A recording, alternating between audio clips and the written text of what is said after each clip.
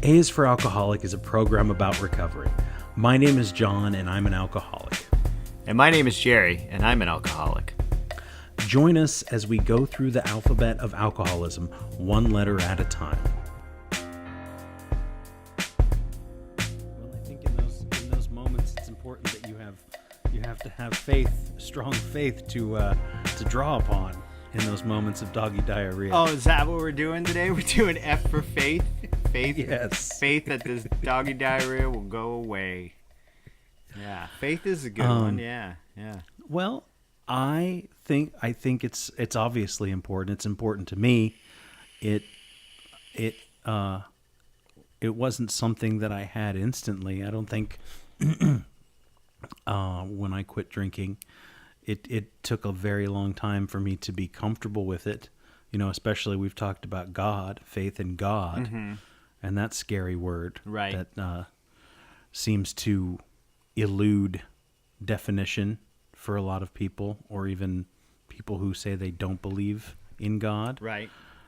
I was certainly one of those people who said, nope, don't believe in God, doesn't exist. Right. How is that possible? Mm-hmm. There is no evidence of this. And I was fine with that. And there were several steps that led to me being a little more comfortable with the idea of a God. One is that, you know, it is whatever it is you think it is. Right.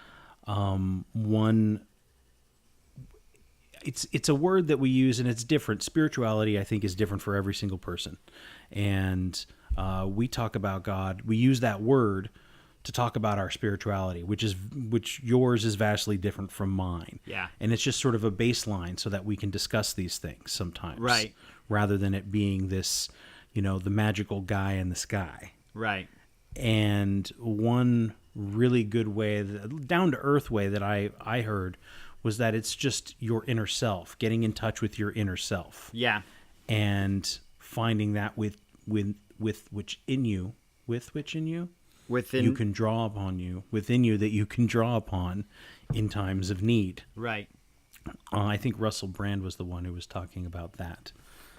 Well, yeah. And I think the concept of it is really difficult, especially when you first come into, you know, the rooms that we're in. The program we work really heavily relies on spirituality and a concept of God. There are other programs that you can use as well that are just as effective that don't really rely, do you know what I mean, aren't so heavily based on that concept of God. But I can speak for myself, it works for me better than a void, you know? Yeah. Than just having a complete void, because then there's no hope within a void. And the reason I think I quit drinking and decided to go into recovery was that I wanted to have hope. You know, I didn't have it.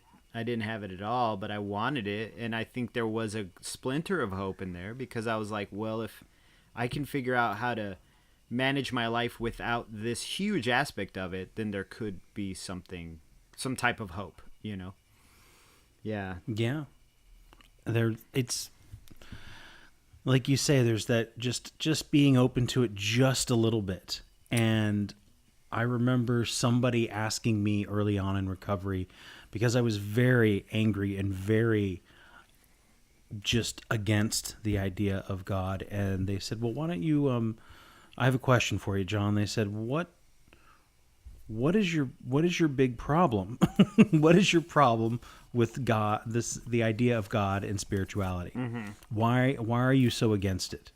Go home and, you know, basically it was like, go home and write an essay and then try and figure out from that essay, whatever. Just so I sat down, and I just remember being very angry, and I got a legal pad, and I just started writing, and it was a lot of anger, and I wrote like for 5 or 6 pages, and then I said something about I should have had it here, but it was something about if God was something about an apple and the worm in the apple, and then the apple just turns to shit, and so God is shit, and it was all this like really deep, heavy, negative stuff. Right.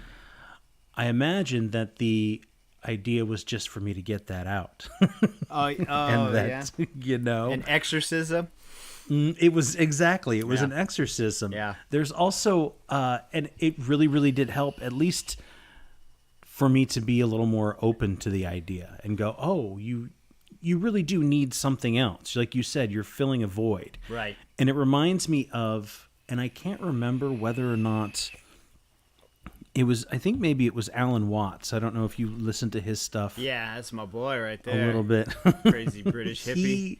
He was talking about, and I'm absolutely paraphrasing, and I don't know exactly, but he was saying in the Middle Ages, things were pretty well set up. You know, you got up in the morning and you prayed, and God took care of things within you, and you went and you tilled the fields, and you ate your gruel, and you went home to your wife, and you had kids, and you taught them to pray, and everybody went to church, and everybody believed in God, and the whole country believed in God, and as far as you were concerned, the whole world believed in God, and so that that hole was filled, that void was filled for you. Mm-hmm. And as we in the 20th, 19th, 20th century, and now the 21st century, he discusses about it being a very secular time for mankind. And so all of a sudden, that void that had been prepared for us, which I think is also why a lot of people eventually kind of bucked the idea of it and were very angry. Not necessarily, I mean, there's nothing wrong with being an atheist or an agnostic or any of that. Mm-hmm. But people who were very angry, and there's lots of reasons to be angry at organized religion. But that idea that now we were searching because it was a more secular time. So you're searching for something to fill this void. And I think for me, alcohol fit the bill. Yeah. in a great many ways. Uh-huh. And it was just feeding that hole, trying to find something, searching for something, and if you get that instant gratification and it felt really good and you felt powerful and strong, and I mean, I've had some drunks that I don't know, but yeah, it's just, do you know what I mean? I know exactly what you mean. Yeah, it was becoming the master of your own destiny. Mm-hmm. You know, yeah, the concept I look at it when I came into the rooms, or whatever, the concept I looked at it, I was an atheist. I came in there with nothing. The way I look at it now is I don't even know if I'm agnostic or not, because there's something. I don't know. At least as far as I'm concerned, there's something. If you don't believe there's something, that's cool. I mean, I can totally understand. I can relate at 100%. Maybe this is all just a string of coincidences, and by happy accident, I figured something out. Maybe not. I don't know. All I know is if it's undefinable, and I can't give it a name, I'm gonna call it God. That's the only way I can look at it. The idea, I guess, of being. It feels so weird to say out loud, but the idea of being caught in the storm with no sail and no mast and no nothing, just bobbed around, is just really is fucking scary, right? Yeah. And so maybe that was my placeholder for a mast, or a placeholder for a foundation, or at least it started off as a placeholder for the undefinable. And I think at this point in my life, it's become more of a modifier, a thing that changes something, The thought of this I cannot handle, so I shall just let this out into the wind. And is the wind God? I don't know. Or just let it go with my hands and see what happens, And I'm sure there is a wind god. There's probably there's a water god. And there's it's the land of wind and ghosts, man, like the Simpsons, That idea, like you just said, of letting go, of surrendering, right? Which sounds, I think, to a lot of people, and certainly to me, was a terrifying thing. Why would I want to give up? Why would I want to surrender? What am I surrendering to? Word. Who's in charge then? Mm-hmm. And what do you mean I need to surrender? I'm not giving up the control. And as I do it now every morning, when I had to go drive a pickup truck to San Francisco and back and pick up a piece of furniture. But it was one of those things where I knew I was going to be stuck out in traffic, and I was going to be driving a very large vehicle that I was not familiar with. And excuse me, there's all kinds of things that could go wrong and could not go my way and may not go my way and probably won't be within my plans, the plans I've made for myself. Yeah. And I just said, please, God or whomever, let things unfold the way that they are supposed to. And everything worked out fine. Right. I didn't have any traffic. I just let go, and I said it's not up to me to control. I won't be able to. And I had some juicy big lanes. I just cruised on down, and I cruised on back. It was great. Juicy, yeah. You know what I mean? When yeah. they're just empty, and you're just like, oh, that's that tasty lane. Got it. It's the fat vein right in that lane. It's the the filet mignon of fucking carpool lanes. Yeah, except you were alone, right? So there was no carpool lane action, but. No. Well, you're in California, so no one really rides with anyone else in a car there, I imagine. Right. Although there's probably 10 people who will be listening to this later, going, "What the fuck, man? I ride with tons of people in my car." But it's just that idea of surrender, and I go, "Oh, did that work, or was it just a coincidence?" And does it really matter if it was a coincidence or not? Yeah, it felt good, and it worked out. Yeah. I mean, even the word faith in itself you could even take it outside of the higher power thing and just think about whether or not you have faith in yourself. I think early on in the game of recovery, you don't really have much faith in yourself. You're like, I can't do any better. That I don't trust myself. I have no faith in myself. I have nothing. I'm nothing. But I think as time goes by and you start to realize that you are a self-reliant person and you can depend on, at least try to depend on yourself, then you start to grow faith in yourself as a person too. I mean, you can be resilient if need be. You can be resourceful if need be, but you got to teach yourself those lessons by having faith in yourself. That's that kind of key into that, that lock right there of having no faith in yourself, Yeah. I think that a lot of us grow up not having trust in relationships, whether they be relationships with our parents or with our friends, or, with lovers, spouses, that kind of thing. And so it's really hard to, if you don't even trust anybody, how can you have faith? Word. How can you believe that somebody's going to do what they say? And another way that it was described to me was in very simple terms to try and get it into my head, was if you think about it as a car mechanic. So your car breaks down. I don't know where to take it. I've never taken it to anywhere in this town yet. So I asked somebody, I asked my friend, I'm like, hey, Jerry, where should I go get my car fixed at? I got the carburetor or something. And you say, oh, you should go take it over to Jim. Jim's great. He's good. And I'm like, oh, okay. I don't know Jim. Yeah. And I just need to get my car fixed, man. It's busted. It's broken.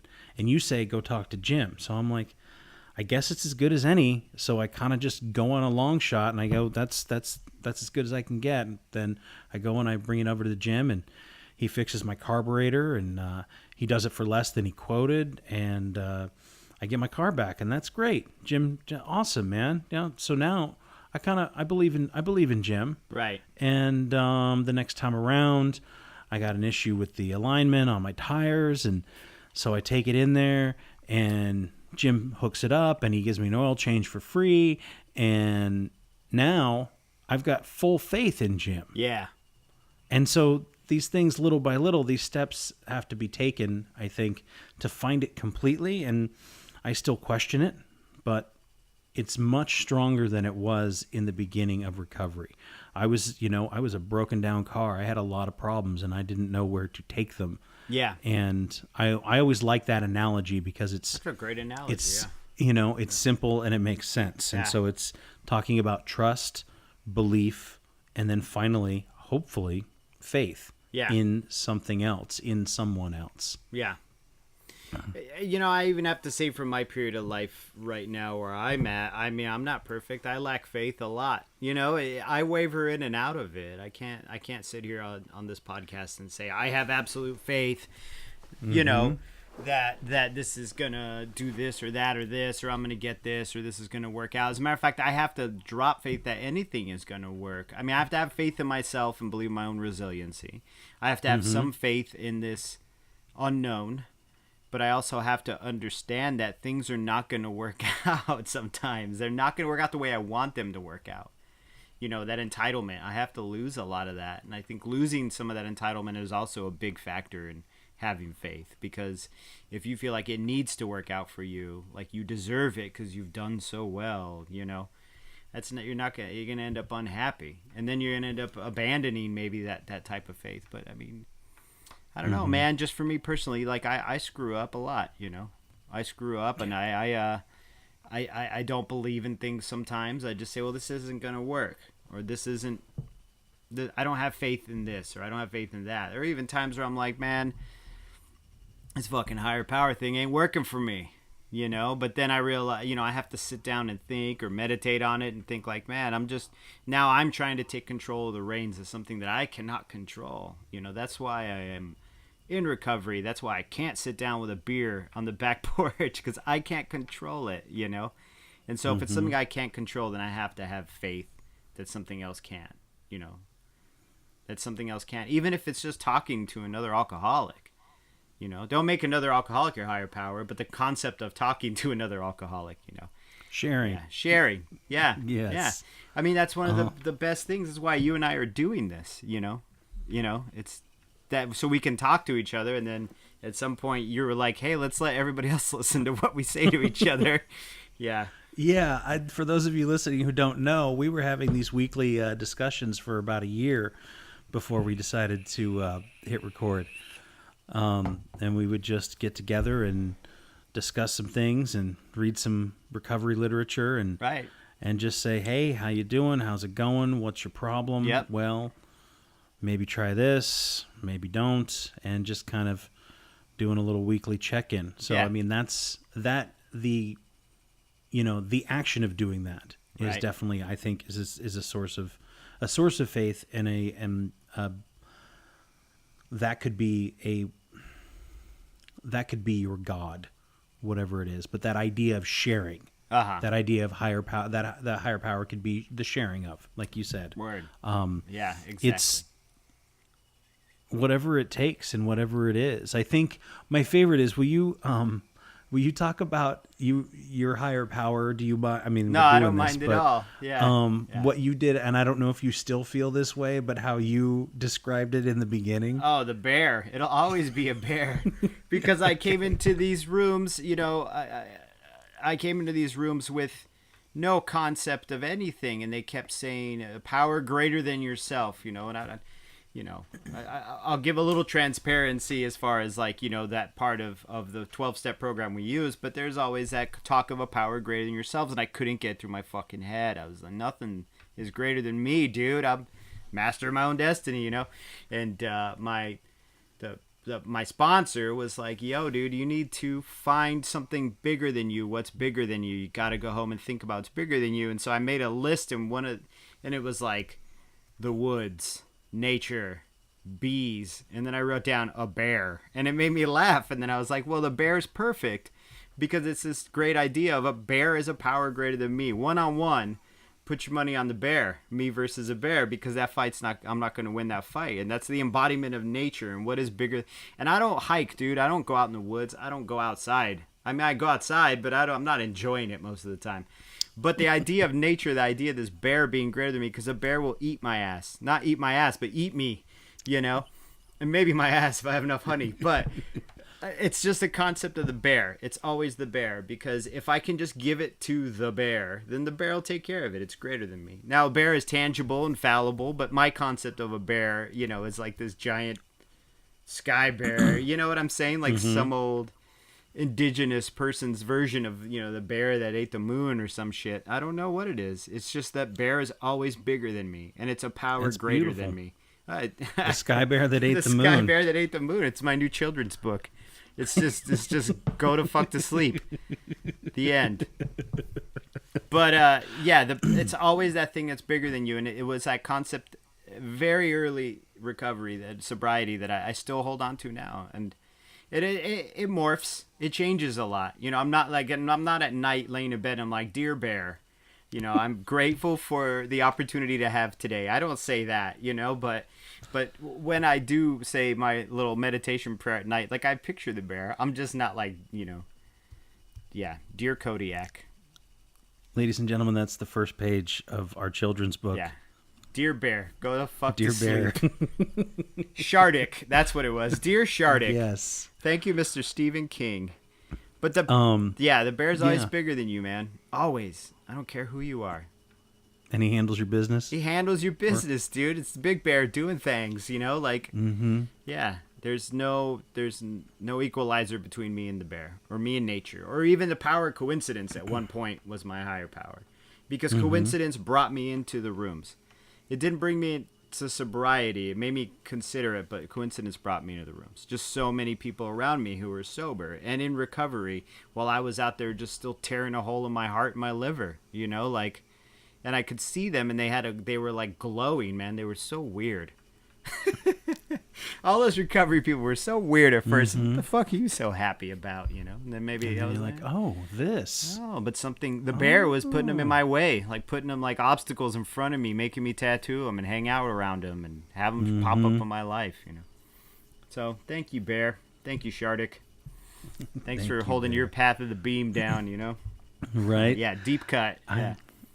I think it's important to find that thing and to find that whatever it is. I've heard it described, you know, they talk about electricity. You know, it's a power greater than you. You have faith that it will turn on and off. Yeah. It doesn't, you know, you don't lose. I'm not powerless when I turn it on. In fact, you know, like, because some people, I think, fear this idea of being powerless and being, you know, at the mercy of a God. But electricity actually gives me more power and allows me to do other things. It allows me to be here talking to you right now. Yeah. So, and I believe in that. I have faith that the light switch will work. And I don't know that I have a concrete concept of God, of my faith has a concrete concept. I heard somebody once describe it.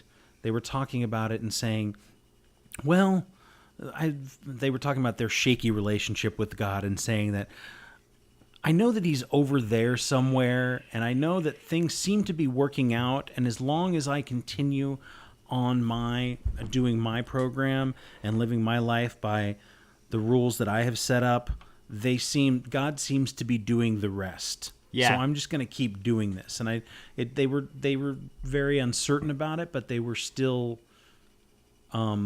willing to continue doing what they were doing. And I started to think about that, and I started to formulate this idea, and I thought, because I would see things that would happen, and I would not necessarily ask for things, but I would ask for, you know, I would ask for forgiveness. I would ask for, you know, strength, that kind of stuff. And then these things would come. But I wasn't in touch with God. He wasn't sitting with me. I didn't feel the Spirit of God in me. And so I kind of came up with this idea that God is like my Craigslist roommate that works the opposite hours. Yeah. Right? I work days and he works nights. And, you know, as long as I do my dishes, the rent checks keep getting left on the kitchen table. As long as I take care of the common areas that we share, you know, he handles his half of it. Yeah. And so that idea of this invisible force, or sometimes not so invisible, but this force that is taking care of other things that I cannot take care of. Yeah. Is really, really great. And it's still kind of vague, and I still want to I want it to be more concrete. I really do. Yeah. There's no reason that I would want it to continue to be vague. I just haven't found that yet. One thing that I've been doing the last week, that I've been getting up early in the mornings, and that Mike Doty book that you lent me. Yeah. He talks about dealing with trying to commune with God, to talk to God, and in specific prayer.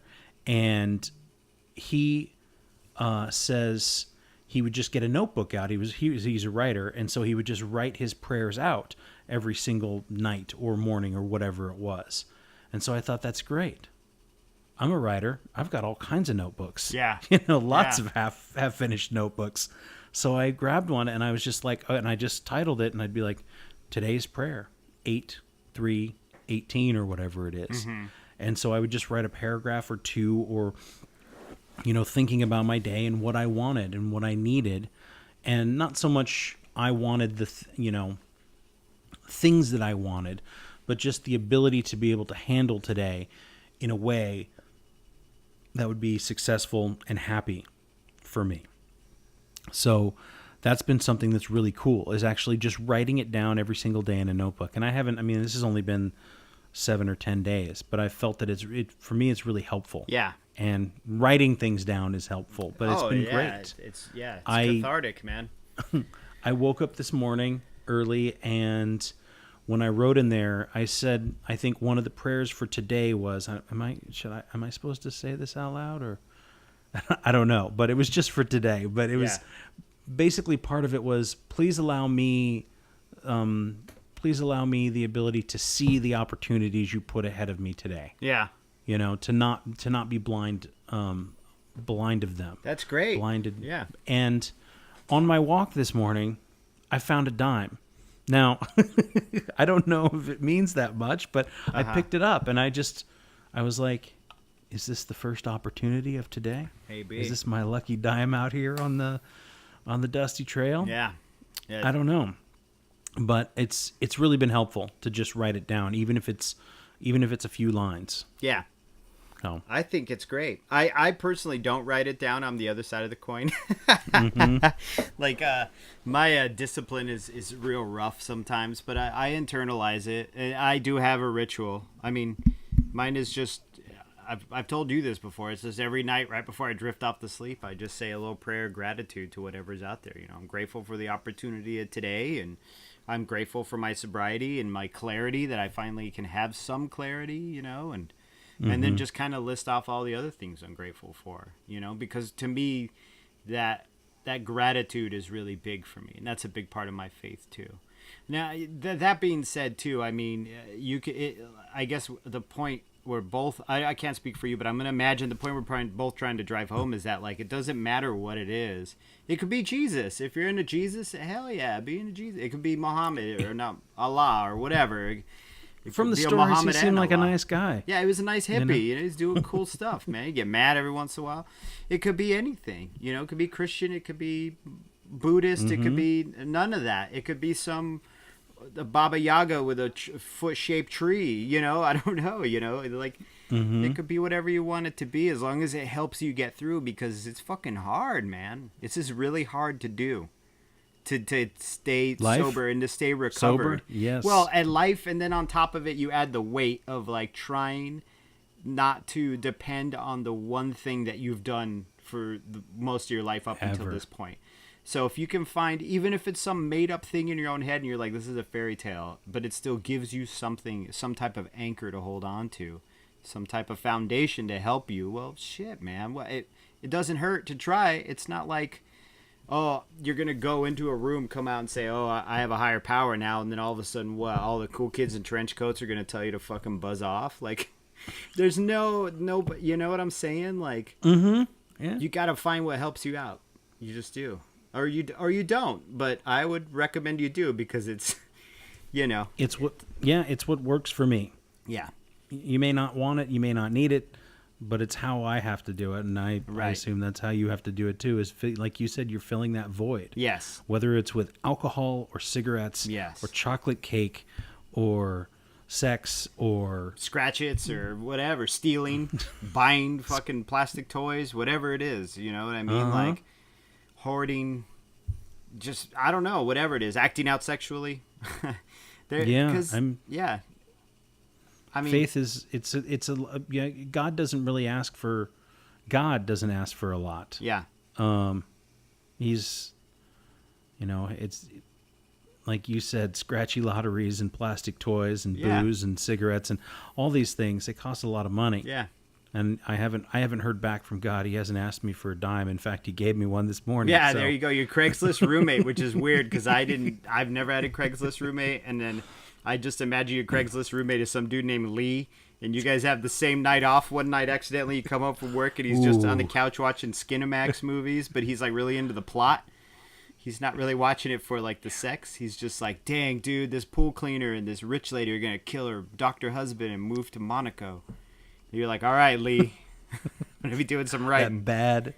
Yeah, that bad. I would like to have, and I've never had a Craigslist roommate either. That's how I imagine it. I've known people who have, but yeah, I think at some point I would hope that my roommate and I would have the night off together and we could actually enjoy each other's company. Yeah. As it stands right now, we just our schedules are a little conflicted. They will be for a while, I imagine. But, but if it ever turns out different, you tell Lee I said, "What up?" What up, Lee? Yeah. Just Lee on the couch, no shirt, on the leather couch. And the pool cleaner usually doesn't make it to the end of the movie. No. He gets double crossed by the naked lady. So it never. I've done some research. But yeah, it's better than having nothing. I think is when you come in, when you begin recovery, when you decide to quit drinking and you have nothing. Mm-hmm. And you go, like you said, the idea of having something that has worked forever and then not having it at all. Yeah. And just finding something positive to fill that void. And especially I think a lot of people fill that void with cynicism. And hate and being clever and being cynical, which I know is another one that I was like, yeah, I'm too clever and cynical for God and faith. We'll go to church. What, you're going to church? Ugh. Right? God. Like I knew better somehow, and it's like, why do you know better? Yeah. I mean, I still don't go to church, but I'm just saying, like, now I drive by a church and I'm like, good on you, good luck. Rock and roll. Hey, you got something.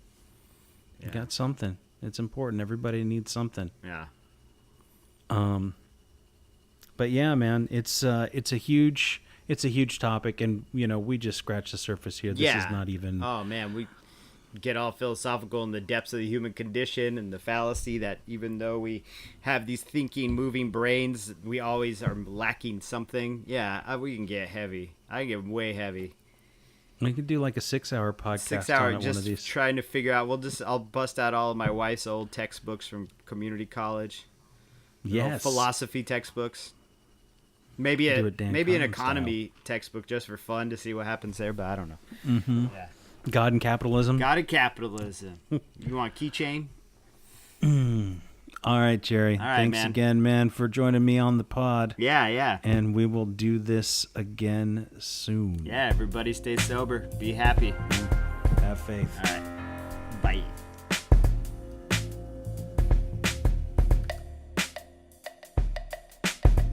Thanks again for listening. As always, our music is by Neglect. You can find his stuff at neglectsound.bandcamp.com. You can find us on Facebook, Instagram, and Twitter. And you can listen to us on iTunes, SoundCloud, and YouTube. And get a hold of us at aisforalcoholic@gmail.com.